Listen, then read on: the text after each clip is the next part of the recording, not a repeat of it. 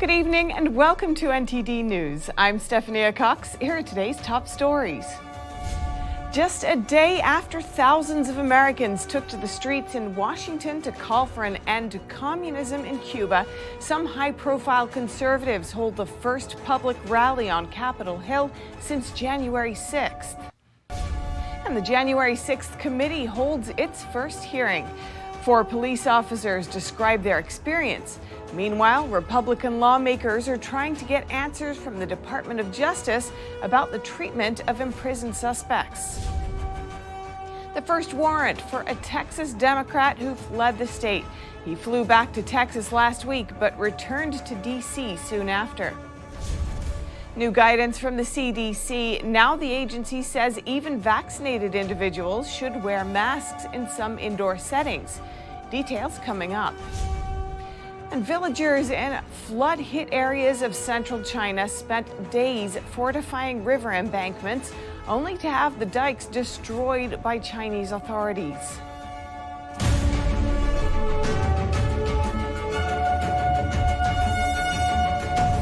Today, a group of high-profile conservative leaders held a rally on the grounds of the U.S. Capitol, the first of its kind since the events that took place on January 6th. NTD's Steve Lance has more from Washington, D.C. Why are we here? We're here for freedom. For those in Cuba who crave it, we hear you, we support you, we are with you. The Conservative Political Action Committee and several other organizations held a rally on the grounds of the U.S. Capitol today, the first of its kind since the events that took place on January 6th.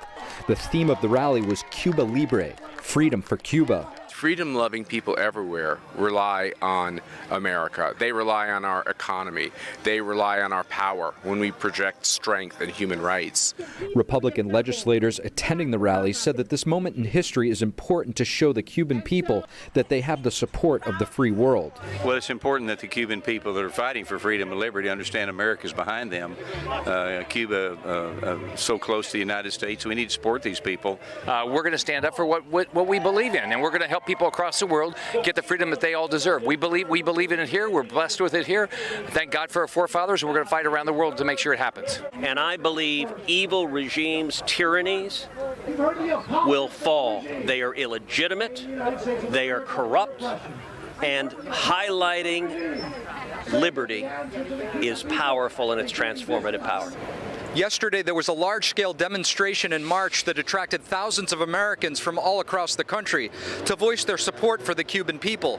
The elected officials we spoke with today at the Capitol said that this is not just about Cuba, and that when more people speak out for freedom, it will strengthen those who are living under oppression in all parts of the world. This Cuba Freedom Rally today on the Capitol happened to be the first event that's taken place on the Capitol grounds since January 6th. Reporting from Washington, D.C., Steve Lance, NTD News. And the January 6th committee held its first hearing today. Police officers gave testimony before the panel of lawmakers, describing their harrowing experience on that day. The physical violence we experienced was horrific and devastating. My fellow officers and I were punched, kicked, shoved, sprayed with chemical irritants, and even blinded with eye-damaging lasers by a violent mob, who apparently saw us, law enforcement officers, dedicated to ironically protecting them as U.S. citizens, as an impediment to their attempted insurrection. I was electrocuted again and again and again with a taser. I'm sure I was screaming, but I don't think I could even hear my own voice.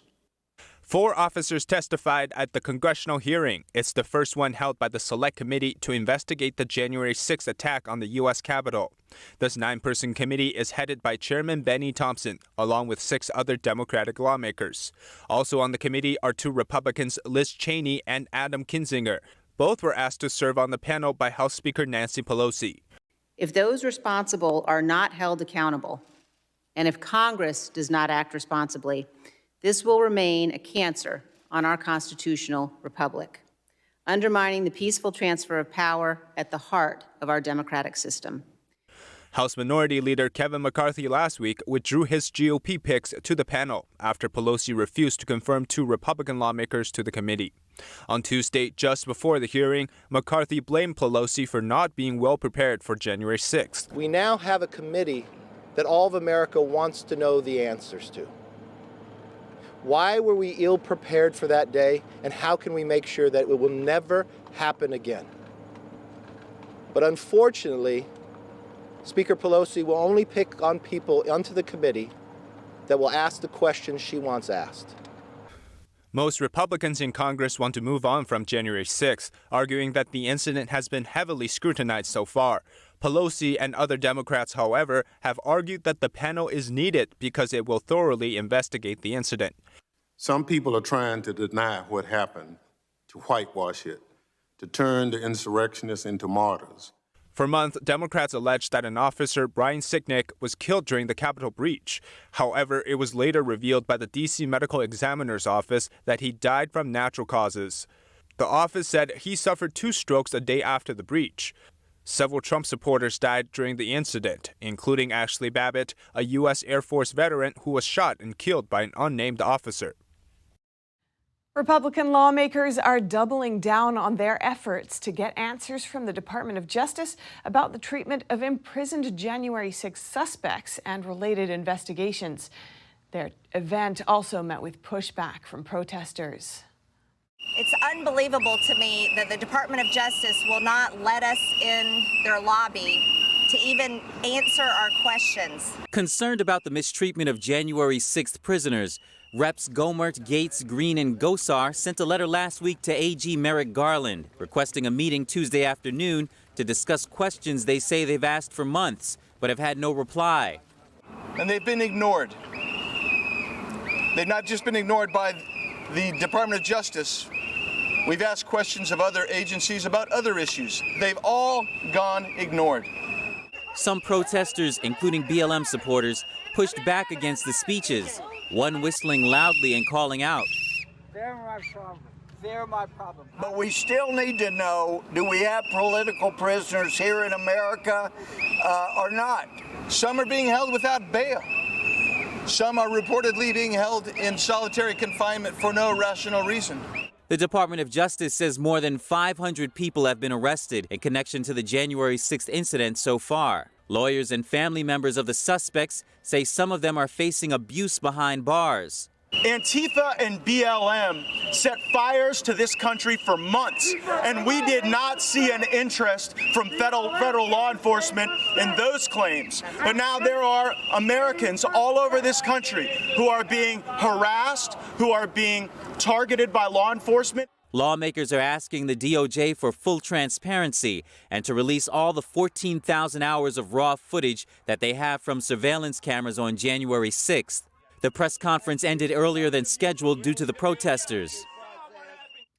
Turning our attention to the CCP virus pandemic, the CDC has updated its guidance on wearing masks. The health agency now says people should mask up indoors in some areas, even if they're fully vaccinated. That's because vaccinated people who become infected with the Delta variant could spread the virus to others. This, according to new research cited by CDC Director Rochelle Walensky. And now the CDC says that even vaccinated people should wear masks in public indoor settings if they are in areas of high transmission. The agency notes that this is happening in 2/3 of U.S. counties, and those indoor settings include schools, although the CDC says that only about 500 children, 17 or younger, have died from the CCP virus in the U.S. And the Department of Justice says federal law allows for mandates of emergency use vaccines.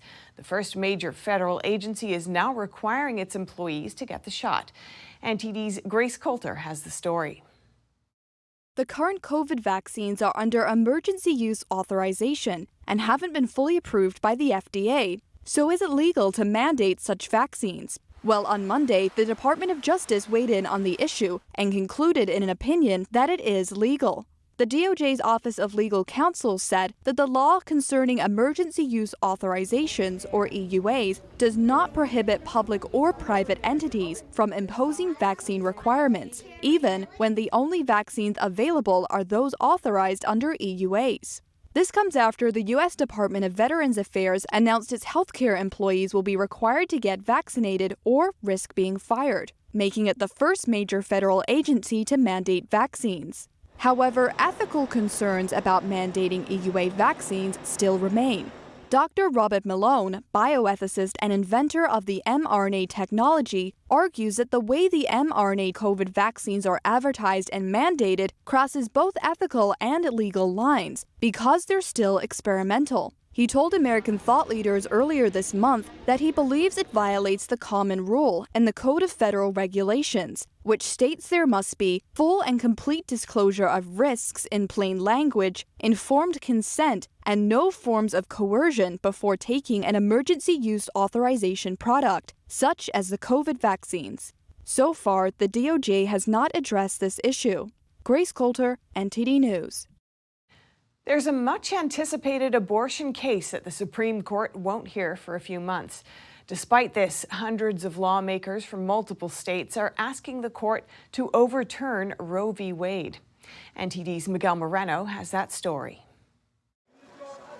In an amicus brief to the Supreme Court, 3 Republicans weighed in on what could be an upcoming landmark abortion case. Senator Josh Hawley and others called on the court to overturn Roe v. Wade and to let states handle abortion laws. One of the things that Roe versus Wade did is it nationalized abortion policy. Rob Nadelson is a senior fellow in legal theory at the Independence Institute. He also wants to see Roe overturned in Mississippi's case. The state banned abortions after the 15th week of pregnancy and was sued for doing so. Now, will Mississippi be successful in its test case? And again, that test case would be the complete overruling of Roe versus Wade. I don't know. Don't be misled by those people who argue that we now have a, quote, conservative Supreme Court. That's simply not true. We have a court which is actually pretty mixed. We've got 3 activist liberals on the court out of 9 who will certainly vote to retain Roe versus Wade. We have a staunch originalist, Justice Thomas, who I think is pretty certain to vote to overrule Roe versus Wade. We have 2 justices, Alito and Gorsuch, who tend to lean in the originalist direction along with Justice Thomas. And then we have other justices that you don't really know what they're going to do.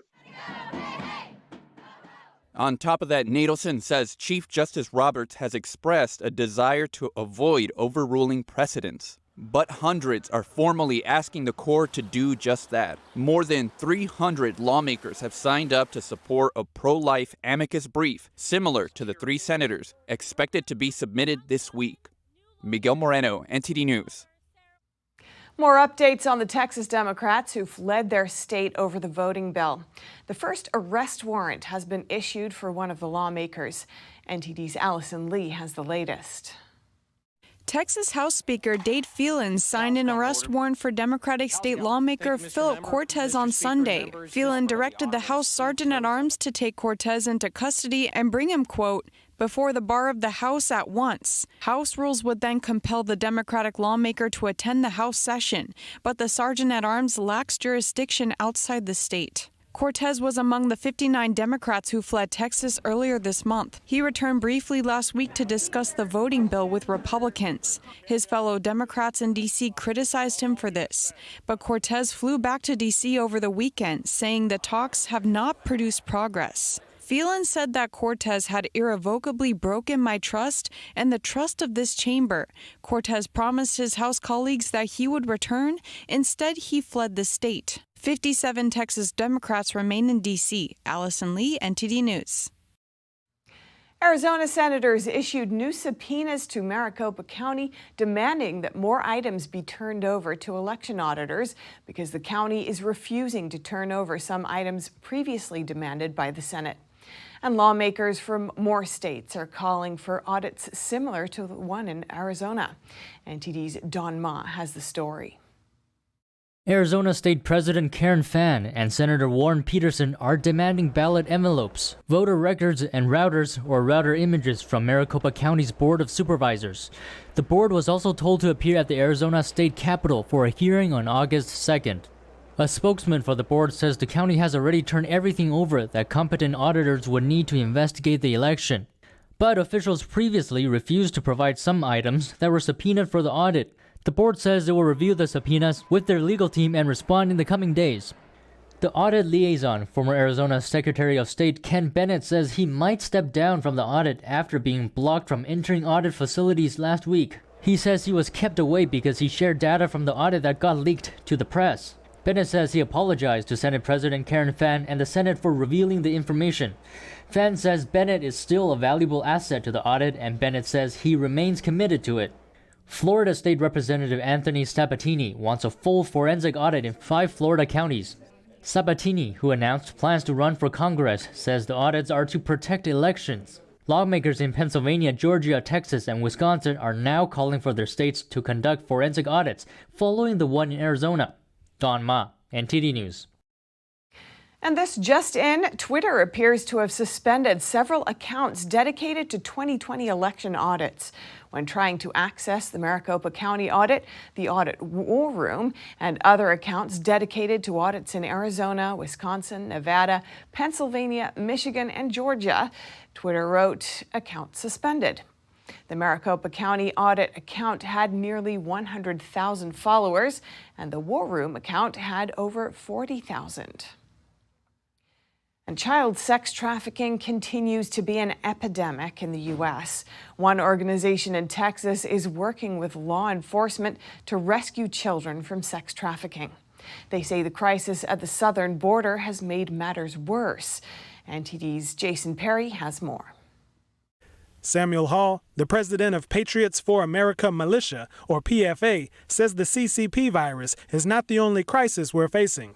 Another issue that's plaguing the U.S. is child sex trafficking. You know, when you're talking about a $65 billion a year industry, right, and it just keeps getting bigger, and it's growing, right? And so it's a lot of frustration for us because we can help, rescue or identify a child, but then there's 4 more that are waiting for us, and we just don't have enough members to go ahead and combat this. So we have to outsource to other militia, to other rescue organizations, and we build those partnerships so we can make a greater impact. But even with all that, we're not keeping up.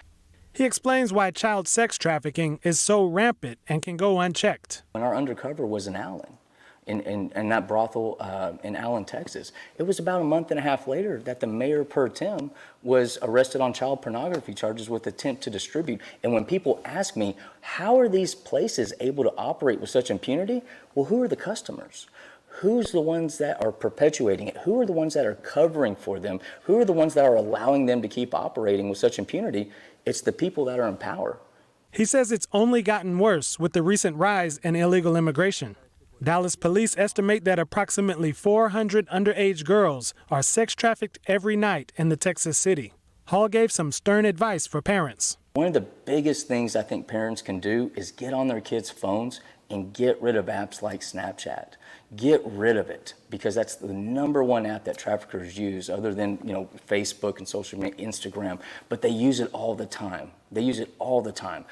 There was 3 girls in Fort Worth that were kidnapped. None of them knew each other, but the one thing they all 3 had in common was they all had Snapchat on their phones. They were all told to leave their phones at home, and then they were lured away.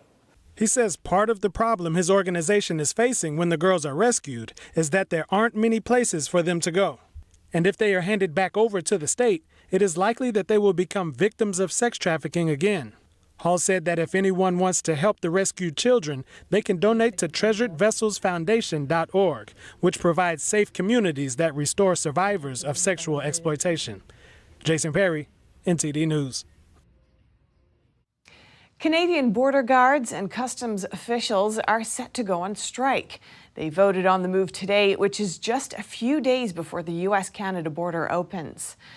Unions representing the workers said they've worked for 3 years without a contract and said the strike would slow down commercial traffic and have an impact on international mail as well as tax and duty collection.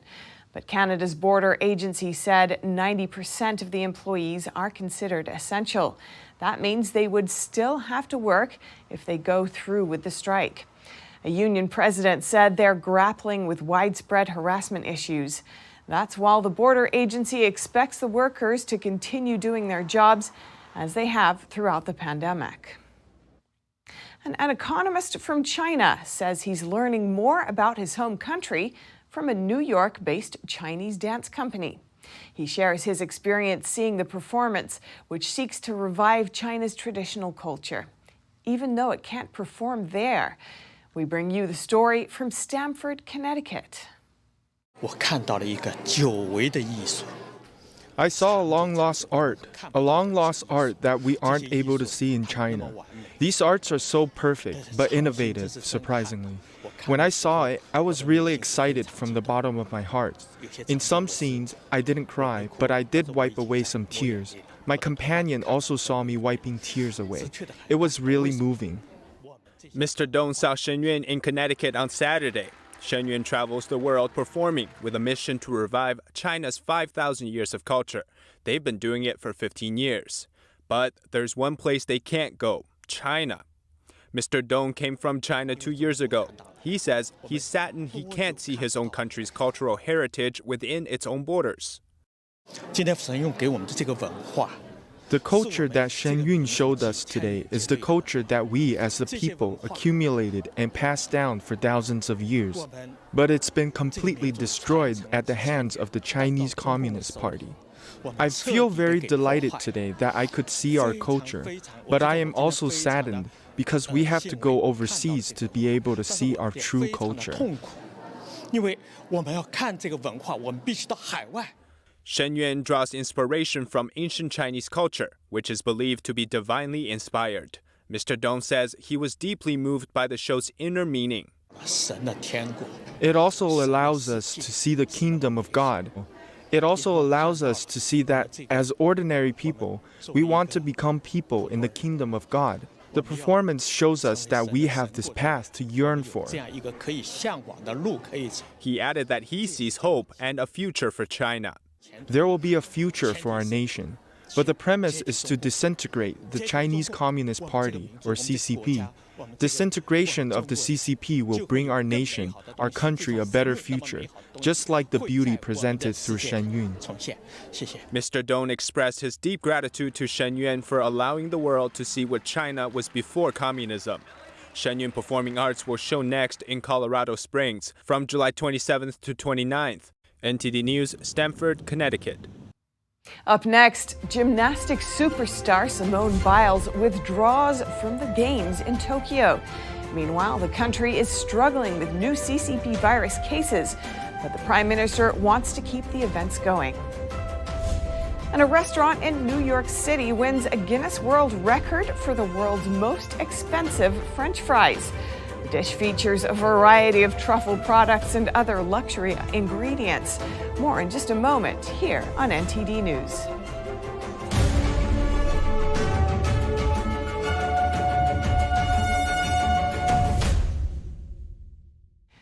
More news out of Tokyo as the Olympic Games go on.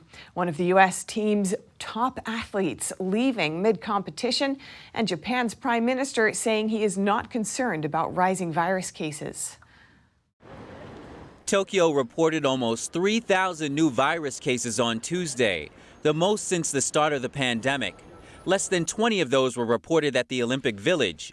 Japan's Prime Minister says he's not concerned the Olympics will get canceled. He is asking Tokyo's residents to take one for the team so the games can continue. I ask our citizens to continue to refrain from unnecessary and non-urgent outings and watch the Olympics and Paralympics on TV. Meanwhile, the U.S. women's gymnastics team had not been beaten in a major competition since 2011. That changed, however, when Simone Biles withdrew after one mistimed vault. Her departure quickly dashed the team's hopes of going home with gold. The Russian Olympic Committee then took the top spot. The U.S. team still managed to haul in the silver medal even without Biles.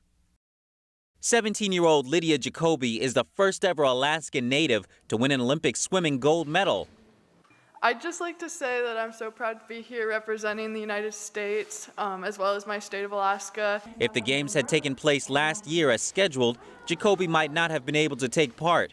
She just needed that extra year to mature in her sport. And female athletes are pushing for their clothes to become less sexualized. Last month, a handball team was fined after playing a match wearing shorts instead of bikini bottoms. We wish to play in shorts and not bikinis. We were told we would be fined or other things. The rules said we could be fined or get a harsher punishment. Meanwhile, the official Olympic broadcaster says it will focus only on athletes' performances and adopt a less sexualized approach to filming. A restaurant in New York City has earned yet another Guinness World Record for its over-the-top luxury French fries. NTD's Andrew Thomas reports. Decadent, flavorful, aromatic. These are the world's most expensive French fries. The fries come with a rich, thick cheese dipping sauce, served on a Baccarat crystal plate setting with an orchid on the side. These creme de la creme pommes frites cost $200 a plate at New York City's famous Serendipity 3 restaurant. Truffle, and truffle inside these fries. So, in other words, we have truffle oil, we have the fresh black summer truffles. The Mornay sauce, in other words, it's a cheese sauce, is meant to be a dipping sauce, which is infused with truffles in 1,000 different ways too. So, truffle is the main star here. Serendipity's corporate executive chef, Frederick Schoen Kiewert, demonstrated how the pommes frites are made. First, the chef only uses high-quality chipperbeck potatoes. They're fried in pure goose fat. Afterward, the fries are seasoned in Guerin truffle salt and Urbani summer truffle oil. To top them off, shaved black summer truffles from Umbria, Italy. The Mornay sauce is just as elaborate. The savory cheese dip is made with organic udder cream, black truffle butter, and Gruyere truffled Swiss raclette. The dish is topped off with a sprinkling of 23-karat edible gold dust. It's a thrice cooked process. So we do a first blanch inside Dom Perignon and a French champagne vinegar. We'll cool it down, and then we will then do the first fry, which is at 325 degrees, and then we will cool that down and finish it off at 375 degrees. So this process is really going to ensure that it has a crispy exterior and a fluffy interior. This is Serendipity's 10th Guinness World Record, and there's currently an 8 to 10 week wait list for the creme de la creme pommes frites. Andrew Thomas, NTD News.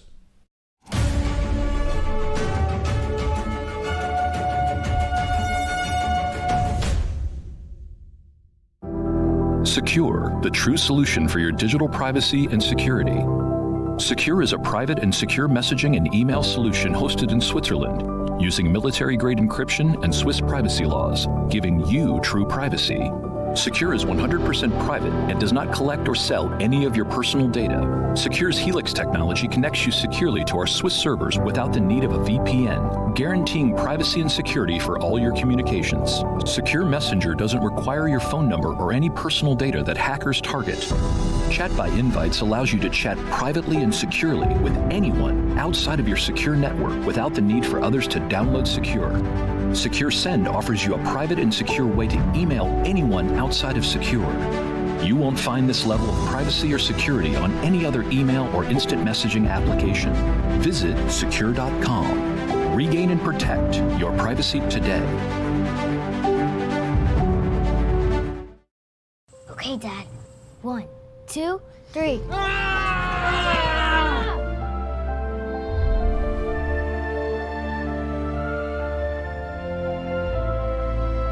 You saved me.